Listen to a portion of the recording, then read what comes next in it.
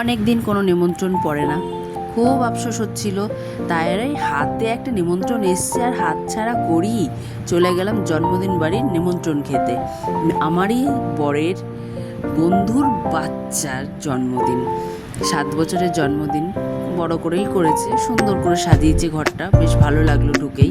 এই যে আমার মেয়ে, এবার চলে এলো কেক কাটার পালা। দেখো কি সুন্দর লাগছে না বাচ্চাটাকে। এই অরেঞ্জ গেঞ্জি যেটা, ওটার জন্মদিন, বিচ্ছু নাম্বার 1 একদম।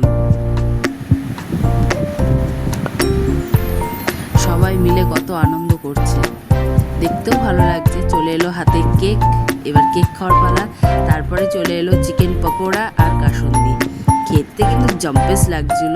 এবার একটু ছাদের মধ্যে বসেছিলাম হাওয়ায়, বেশ ভালো লাগছিল, হাওয়াটাও দিচ্ছিল। তারপরে চলে এলো রাতের খাবার, বিরিয়ানি, সঙ্গে ডিম তো থাকবেই, আর স্যালাড ছিল। একবার খেলাম, আহ সেই স্বাদ। তারপর চলে এলো মিষ্টি, টাটা।